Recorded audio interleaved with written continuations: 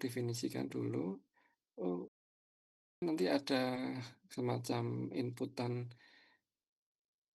mungkin ada project description dulu kali ya. Jadi ini nama projeknya apa, kemudian deskripsi projeknya itu apa, itu mungkin perlu ada informasi kayak gitu. Kemudian dari situ kita bisa nuliskan, oh, aktornya siapa aja sih, nanti bisa kalian inputkan aktornya.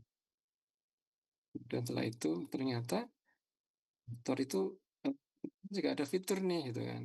Ada fitur-fitur itu aspek of what-nya. Ada fitur.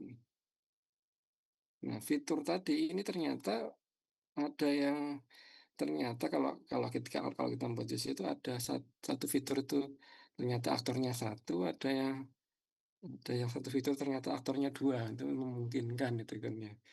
Nah, tapi biasanya nanti satu fitur ada satu aktornya dan mungkin satu aktor itu punya banyak fitur. Dalam artian dia punya punya use case yang berbeda-beda gitu kan.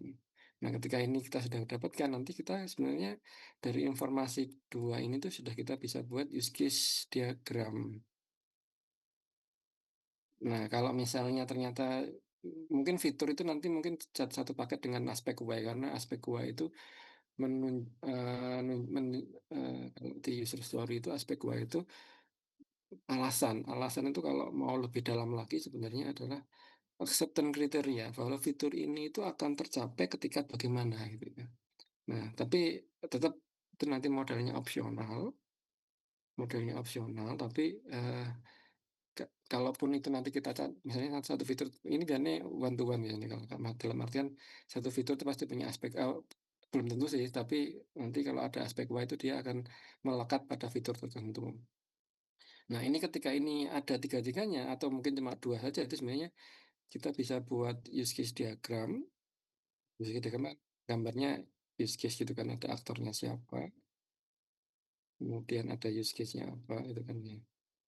Nah, ini kan ini fiturnya, ini aktornya. Jadi dari sini kan kita sudah bisa generate use case diagram. Tapi kalau eh, dan dari dua ini juga kita bisa buat misalnya aktornya siapa, SO siapa, I need apa, so that apa itu kan juga sudah jadi user story. Jadi dari informasi ini itu kita bisa buat user story sama use case diagram.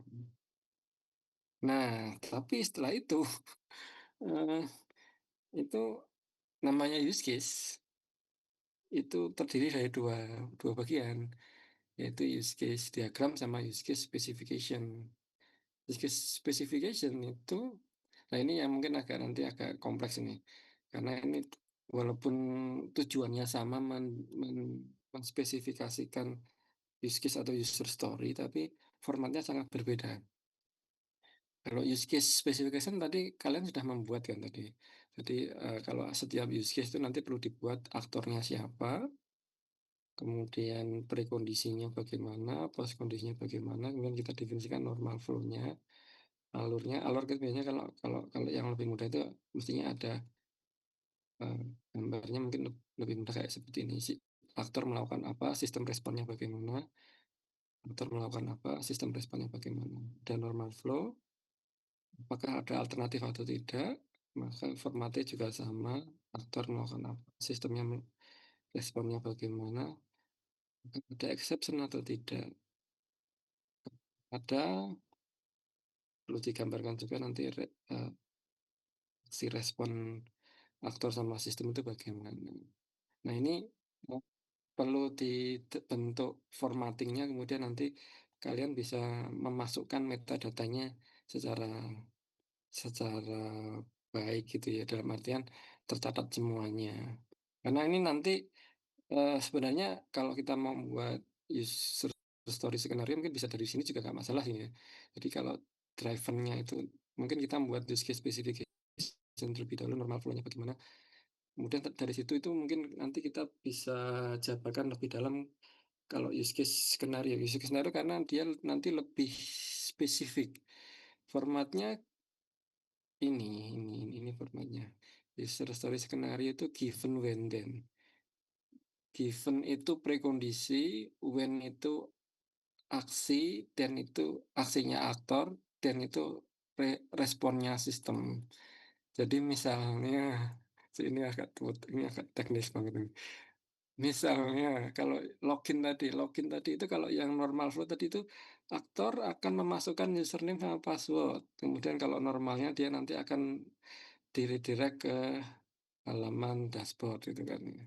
Kalau user story skenario given-nya adalah given saya ada di halaman login when ketika saya menuliskan nama username saya misalnya misalnya Indra gitu kan di text box username and saya memasukkan password di teks password di txt password dan saya menekan button login itu semua masih when gitu.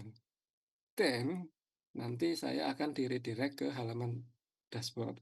Nah, user story skenario itu sangat detail dalam artian sudah bicara level implementasi.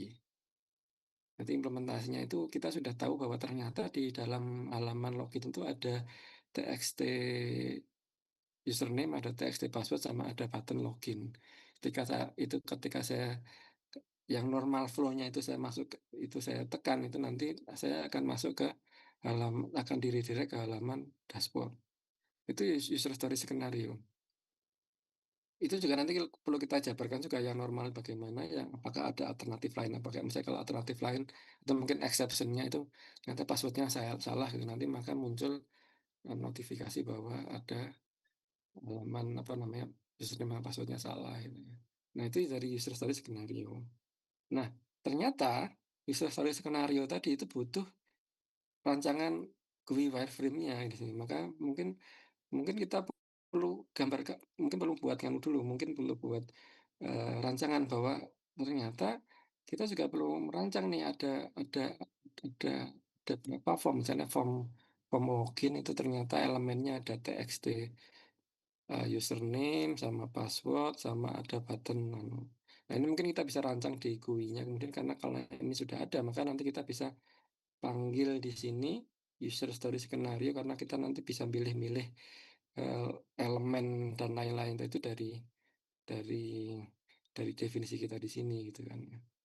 Nah, ternyata juga kalau kita mau membuat sequence diagram itu sequence diagram mana yang ini ya?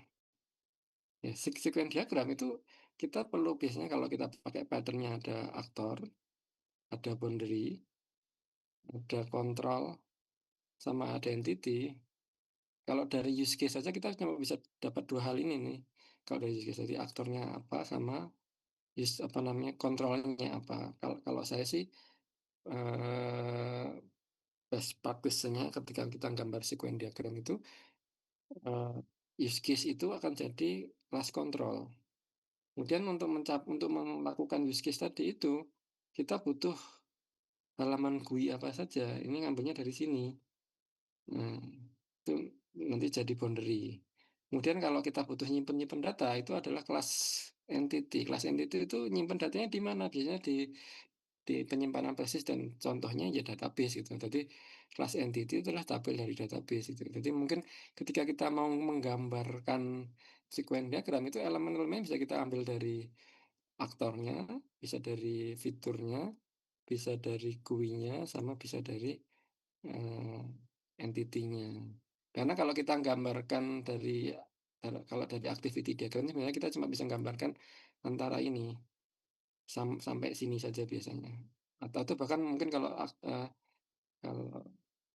dari activity diagram itu kita gambarnya cuma dari GUI saja sebenarnya. Atau mungkin bisa sampai ke kelas kontrol sih.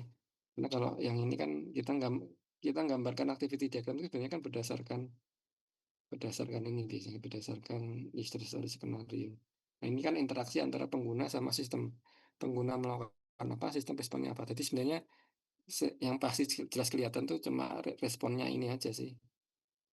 Bolak-balik antara antara user sama boundary kalau yang berdasarkan activity diagram. Tapi ternyata kalau kita butuh fitur implementasi itu nanti kita perlu gambarkan eh, korelasi antara entity sama kontrol sama sorry boundary entity sama kontrol ini sudah level implementasinya. Jadi nanti tetap ini nanti manual sih input-inputannya.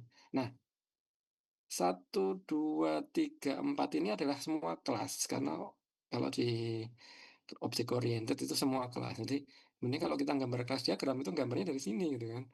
Jadi pasti akan ada kelas aktor, ada kelas boundary, ada kelas entity control sama kelas entity dan itu semua itu adalah kelas dan kelasnya itu nanti kita gambarkan di kelas diagram di sini. Nah, korelasinya seperti itu. Nah, niat saya kalian tuh membuat sistem yang seperti ini. Nah, ini sebenarnya sudah setengah jadi dari 2 project yang tahun lalu. Silahkan kasih respon. Oke, baik, Bapak. Mungkin dari kelompok kami sudah mulai paham terkait dengan alurnya sesuai dengan gambar yang ini. Ya, itu ya. Coba nanti kalau misalnya ada bingung atau apa mungkin bisa langsung diskusi aja ya. Jadi fokus kalian adalah kalian buat aplikasi yang bisa me- mencatat semua inputan sehingga nanti dari requirement cuma aktor sama fitur tadi ini mungkin bisa dipandu supaya pengguna itu bisa bisa menghasilkan beberapa artefak yang ini. Jadi nanti GUI tetap nanti yang masukin form itu atau elemen itu tetap user gitu kan. Database juga mungkin langsung nanti bisa langsung import ke dari SQL di- data definition language-nya mungkin. Nah, tapi mungkin nanti juga nanti panah-panah ini juga mungkin nanti yang masukin juga akan dari pengguna ya. Cuma kita perlu memastikan konsistensinya aja bahwa ternyata kalau use case kalau kita sudah membuat fitur di sini itu nanti akan keluar kelas yang bentuknya kontrol gitu kan. Kalau kita sudah definisikan form di sini itu nanti akan ada keluar kelas yang atau kelas yang bentuknya boundary gitu kan. Dan yang semua tabel yang database itu juga akan merupakan kelas entity gitu kan. Dan nanti itu yang terus kalian yang memastikan bahwa itu konsisten. Tapi tetap nanti detailnya tetap nanti pengguna itu akan memasukkan lewat aplikasi kalian bagaimana nyambung-nyambungkan semua yang sudah diinputkan di sini. Pengen saya gitu. Dan mestinya harapan kemarin sih harusnya beberapa itu, tapi tapi kadang-kadang yang kelompok kemarin juga kadang sempat bisa misleading juga nanti kalau kalian contoh langsung langsung. Jadi mungkin kalau kalian bingung diskusi aja deh. Gitu ya. Oke, sip.